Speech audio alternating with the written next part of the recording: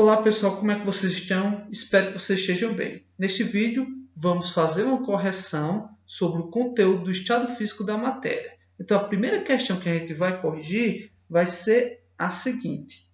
Marque as opções que caracterizam o estado físico da matéria líquida. Existem vários estados físicos da matéria, mas a gente, do primeiro ano do ensino médio de Química, a gente só vai estudar 3 tipos de estado da matéria. O sólido, o líquido e o gasoso. Ok? Essa questão é bem simples de ser respondida. O que a gente vai ver? Vamos ver essas características, essas 6 características, e vamos relacionar essas características com o estado da matéria líquida.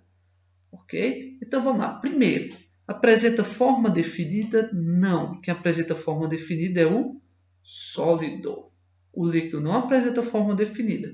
A forma do líquido vai depender do recipiente no qual ele esteja inserido, ou armazenado, né? E também da quantidade de líquido que ele esteja armazenado naquele recipiente. Então, por exemplo, se o recipiente tem um formato cilíndrico, então ele vai ocupar o formato cilíndrico daquele recipiente. Se tiver muita água, ele vai ocupar mais ainda o volume cilíndrico daquele recipiente, ok? Se eu pegar e transferir essa quantidade de água para um volume cúbico,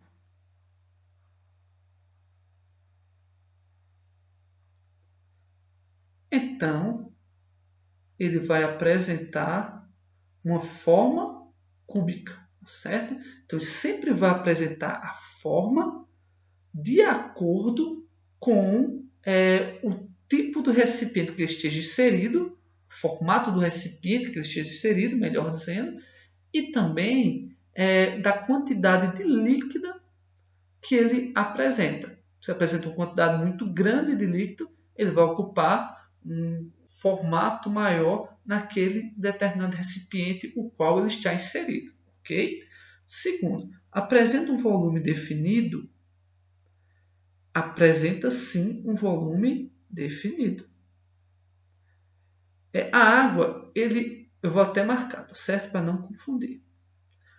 A água, ou o líquido, para ser mais geral no caso, ele apresenta sim um volume definido. Ele não apresenta o formato definido. O formato vai variar de acordo com o recipiente, mas o volume ele não varia. Por exemplo, se eu pegar um recipiente no qual ele apresenta 1 litro de água, por exemplo, que é o líquido mais conhecido, então eu tenho 1 litro de água. Se eu pegar e transferir esse litro de água para outro recipiente com outro formato, ele vai apresentar o mesmo 1 litro d'água. Ele vai mudar o formato de acordo com o recipiente, mas ele ainda vai apresentar 1 litro de água, certo? Então, ou seja, o volume dele não vai se alterar. Ele vai ocupar aquele espaço referente a 1 litro. Apresenta forma variável? A gente já viu, apresenta sim uma forma variável. A forma vai variar de acordo com o recipiente no qual ele está inserido. Apresenta volume variável? A gente já viu que não apresenta volume variável, certo? Ele não apresenta volume variável. O volume dele é definido, então, independente do recipiente que ele esteja armazenado, ele vai possuir a mesma quantidade de volume, ok? O outro, ele é compressível ou expansível? Ele não tem a capacidade de compressão e nem de expansão.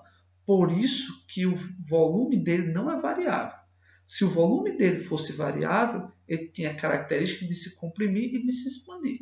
Por exemplo, quem tem essa característica de se expandir e de comprimir é o gás.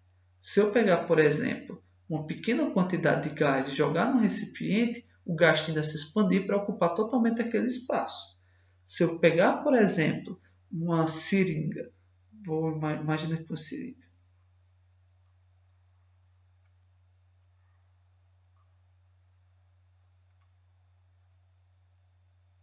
Aqui o êmbolo da seringa.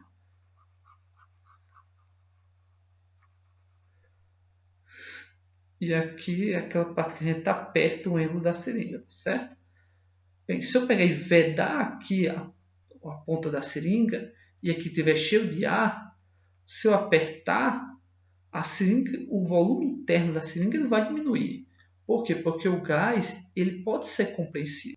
No entanto, se eu colocar aqui água em vez de gás, eu posso botar força do mundo que eu não vou conseguir diminuir o volume interno daqui da seringa. Por quê? Porque a água não consegue se comprimir. Portanto, essa opção é falsa. Aí o outro, é constituído por moléculas largamente afastadas? Não. O que é constituído por moléculas largamente afastadas são os gases. Os gases são constituídos de moléculas largamente afastadas. Os líquidos, as moléculas são próximas. Não tão próximas, normalmente, como o sólido, mas são próximas. Então, por as moléculas são próximas, você não consegue comprimir essas moléculas, tá certo? Porque elas são muito próximas, você não tem como você comprimir, não tem como diminuir mais os espaços no estado líquido, se você apertar ela. Portanto, essa opção também é falsa. Então, a opção verdadeira é apresenta volume definido e apresenta forma variável. Ok? Vamos para a próxima questão. Qual o nome da mudança de estado que ocorre da passagem do gás para o líquido? Bem, a gente já viu que apresenta 3 tipos de estado da matéria: o sólido, o líquido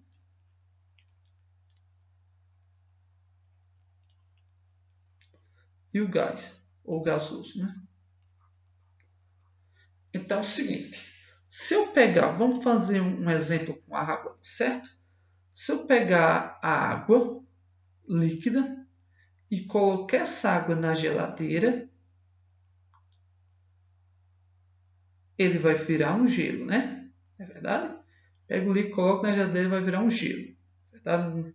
Então, esse gelo ele faz a mudança do estado líquido para o estado sólido, né? A água líquida, se eu colocar na geladeira, ele vira sólido, vira gelo, ok? Esse processo é chamado de solidificação.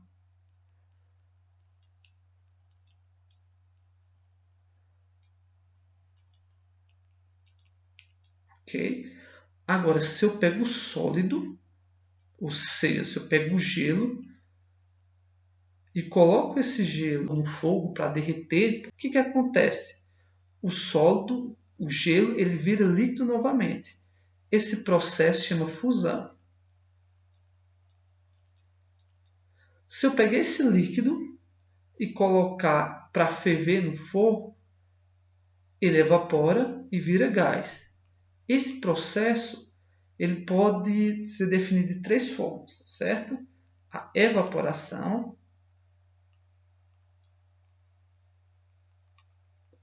que ele é mais caracterizado se você deixar o líquido no meio ambiente e ele evaporar para virar gás, ok? Ebulição, que caracteriza mais com o exemplo que eu falei. Se eu pegar a água, por exemplo, e colocar para ferver, para virar gás, e vaporização, ok? O gás,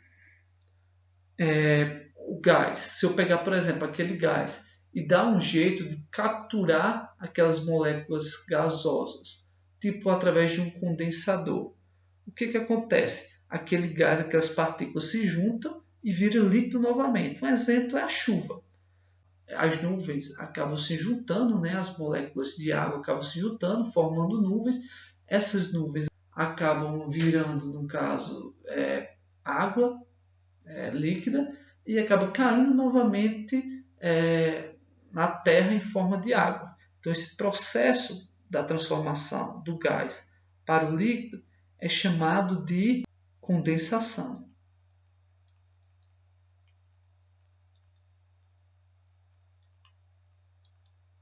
Certo? Portanto, aqui está dizendo a passagem do gás para o líquido é condensação. Okay? Existe mais outra passagem do sólido para o gás ou do gás para o sólido que se chama sublimação. Okay? Vamos lá, o próximo. O gráfico abaixo apresenta a variação de temperatura. observada no aquecimento de uma determinada substância. Marca a opção correta em relação ao gráfico. Bem, esse gráfico é o seguinte. Aqui no eixo X, ele representa o tempo, que varia de 0 até 40. E o outro, no eixo Y, ele representa a temperatura, que varia de 0 até 50. Certo? O que eu sei em relação a isso? Eu sei o seguinte. Que aqui, ó, tá vendo essa retinha aqui? Essa reta, essas duas retas que a gente está vendo, ela simboliza o primeiro, o ponto de ebulição, de fusão, perdão, e o outro que o ponto de ebulição. Então, simboliza esses dois. Ok? Aqui a gente está vendo um aquecimento. Essa parte aqui, abaixo do ponto de fusão, representa o sólido. Essa parte entre o ponto de fusão e o ponto de ebulição representa o líquido. E essa parte acima do ponto de ebulição representa o gás. Okay? Então é isso que você precisa entender para interpretar esse gráfico. Então, vamos marcar a opção correta, certo? A substância gasosa em 30 minutos. Então vamos olhar aqui, ó. 30 minutos. A substância está gasosa? Não, a substância está líquida. Então, falso. A substância líquida em 7 minutos. 7 minutos fica mais ou menos aqui. Não, ela é sólida, abaixo do ponto de fusão, então está errado. A substância é sólida em 15 minutos. 15 minutos fica mais ou menos por aqui, né? Abaixo de 20. É verdadeiro, ela é sólida em 15 minutos.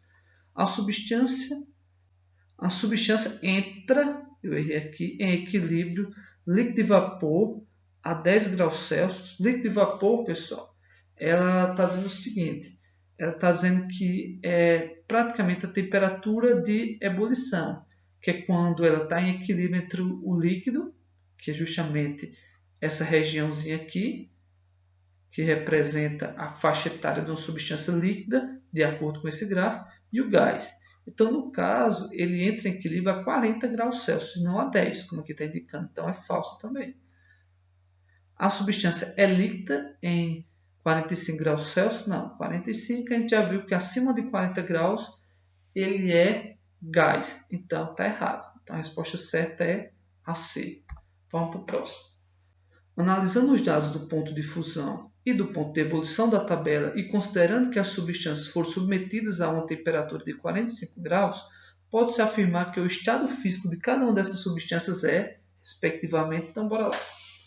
Isso aqui é simples, dá para vocês entenderem tranquilamente, certo? A gente sabe o seguinte, a gente sabe que o ponto de fusão, ou também chamado temperatura de fusão, é a passagem, certo? Do sólido para o líquido. Ok? E o ponto de ebulição, ou temperatura de ebulição, é a passagem do líquido para o estado gasoso. Ok? Isso é o que a gente precisa entender, certo? Então, quando eu estou dizendo aqui que o ponto de fusão é menos 117, eu estou afirmando aqui para você que esse ponto, que essa temperatura aqui indicada que eu acabei de grifar, é a temperatura que está em equilíbrio entre o sólido e o líquido. Superior a isso é líquido, inferior a isso é sólido, certo? Do mesmo jeito aqui, no caso de 78 graus Celsius. 78 graus Celsius, superior a 78 graus Celsius, ele é gás, porque aqui indica o ponto de ebulição. Inferior a 78 e superior a menos 117, ele vai ser líquido. Então aqui eu posso praticamente dizer o seguinte, que abaixo de menos 117 é sólido, entre 117 a 78 é líquido, e acima de 78 é gás. Então, essa ideia geral, ela se repete nas outras substâncias, não só em etanol, como no cloroformo, como no iodo e como no éter etílico, tá certo? Então, todas as substâncias dessa forma. Okay? Aqui está dizendo em 45 graus. Em 45 graus, em que estado da matéria as substâncias apresentam. Vamos observar primeiro o etanol, certo? O etanol que a gente encontra no posto de gasolina, é o álcool etílico, que é usado tanto em limpeza como no posto de gasolina, como também para você limpar as mãos para proteger do coronavírus. O álcool 70 ele apresenta 70% de etanol, certo? Então vamos agora tentar responder. Aqui você está vendo 45. 45 graus é um número superior ou inferior ao ponto de fusão? Ele é um número superior, né? Ele é superior ao valor menos 117. Portanto, não pode ser sólido para o etanol. Agora, ele é superior ou inferior a 78 graus Celsius? Ele é inferior. Portanto, ele não pode ser um gás. Se o valor 45 graus está entre o ponto de fusão e o ponto de ebulição do etanol, então ele só pode ser o quê? Líquido. Então, o etanol aqui está no estado líquido. Ok, deu para entender? Vamos lá. O clorofórmico. O clorofórmico ele tem um ponto de fusão de menos 63 graus Celsius. Tá vendo? Esse menos 63 graus Celsius é um número maior ou menor do que 45? Ele é um número menor. Se ele é um número menor do que 45 graus Celsius, portanto, 45 graus Celsius vai ser um número superior a ele. Não é verdade? Não é lógico isso? Portanto, ele não pode ser sólido. Não tem como ser sólido. 45 é um número superior ou inferior a 61? Ele é um número inferior a 61 graus Celsius. Portanto, não dá para ser gás. Ele só poderia ser gás se a temperatura do ponto de ebulição fosse menor do que 45 ou se a temperatura que a gente está representando por 45 fosse maior do que 61. Então, não é. Portanto, 45 fica entre a temperatura de fusão e a temperatura de ebulição do clorofórmico. Portanto, o estado também vai ser líquido.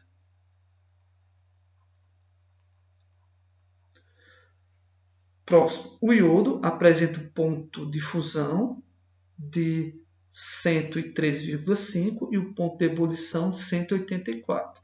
Okay? 45 é o número superior ou inferior a 113,5? Ele é inferior. Se ele é inferior, esse 45 graus vai ser encontrado no estado sólido. Okay?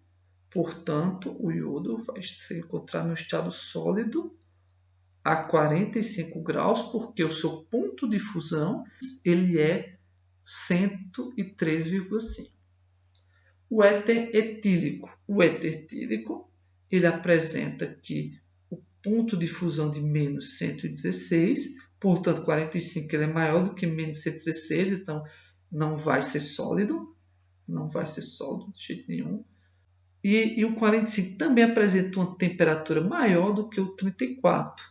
Portanto, se ele apresenta uma temperatura maior do que o ponto de ebulição da substância, a substância vai ser encontrada no estado gasoso.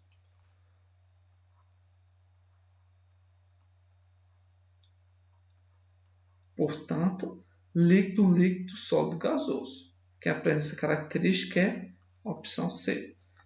Então, é isso, pessoal. Espero ter ajudado e valeu!